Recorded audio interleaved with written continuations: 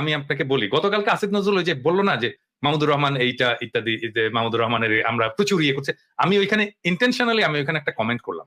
হ্যাঁ, সে তো এটা দেখেছে এবং আমার কমেন্টটাতেই বোধহয় 10,000-এর উপরে লাইক পড়েছে, তার মানে ওইটা একদম উপরে থাকবে। এটা আসিফ নজরুলের চোখে পড়েনি? চোখে পড়েছে। তো আসিফ নজরুল কেন ওটার উত্তরটা দিল না? মানে কি ওনার দেওয়ার সময় নাই? নিশ্চয়ই আছে, ওনার যেহেতু লাইভ করার সময় হয়, উত্তরটা দেওয়ার সময়। এইটা আমি আপনার সাথে একমত না। এটা একমত না। কি কোনটায়? এইটা একমত না যে ওনার সময় থাকতেই হবে। কারণ আই ক্যান ইজিলি ইমাজিন, মানে আমি গুড ফেইথে বলছি যে গুড ফেইথে আই ক্যান ইজিলি ইমাজিন, আমরা অ্যাক্টিভিস্ট মানুষ, আমি একটা চাকরি করি, আপনার হয়তো আমার চেয়ে তো অনেক কম সময়, আমার একটা ছোট মেয়ে আছে, আমার তারপরও আমি সময় বের করতে পারি। কিন্তু আই ক্যান ইজিলি ইমাজিন বাংলাদেশে এখন যার উপদেষ্টা, মানে কেউ যদি কাজটা ঠিকভাবে করার চেষ্টা করে, তার নাও খাবার সময় নাও থাকতে পারে। না, আমি এটা একমত না, এটা টাইম ম্যানেজমেন্টের ব্যাপার, এটা কমপ্লিটলি টাইম ম্যানেজমেন্টের ব্যাপার।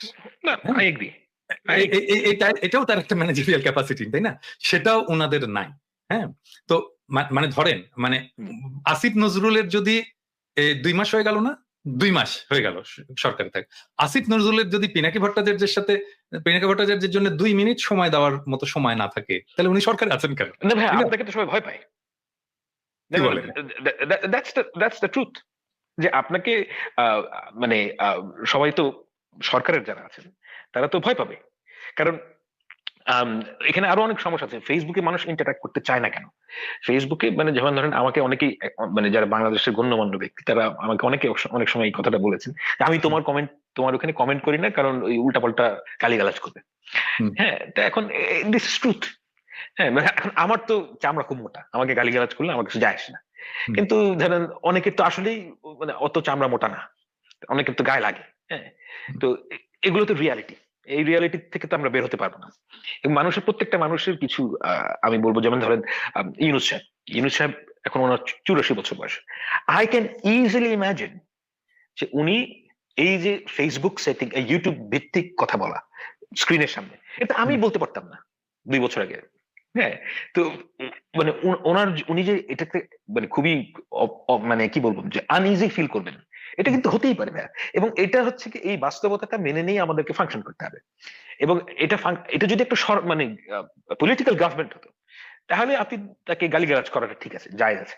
কারণ পলিটিক্যাল গভর্নমেন্টের অনেক আর্মস থাকে, এই আর্মস গুলো তো এই সরকারের নাই। আমি এই কারণে, এবং আমার মধ্যে সবসময় একটা কাজ করে যে এই সরকার যদি ফেল করে, এই জিনিসটা, ঘটনাটা কি ঘটবে এটা অনেক মানুষ বুঝতে পারে না, যে এই সরকার যদি ফেল করে সেই সিনারিওটা কি হবে।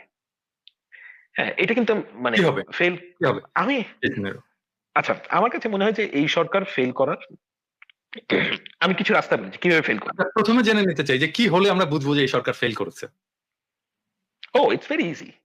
বলেন। মানে আমাদের মানে ইন্টারিম গভর্নমেন্টের বদলে ন্যাশনাল গভর্নমেন্ট হবে, অথবা মিলিটারি গভর্নমেন্ট হবে, অ্যাজ সিম্পল এজ দ্যাট। এখানে কোনো জরুরি অবস্থা জারি হবে,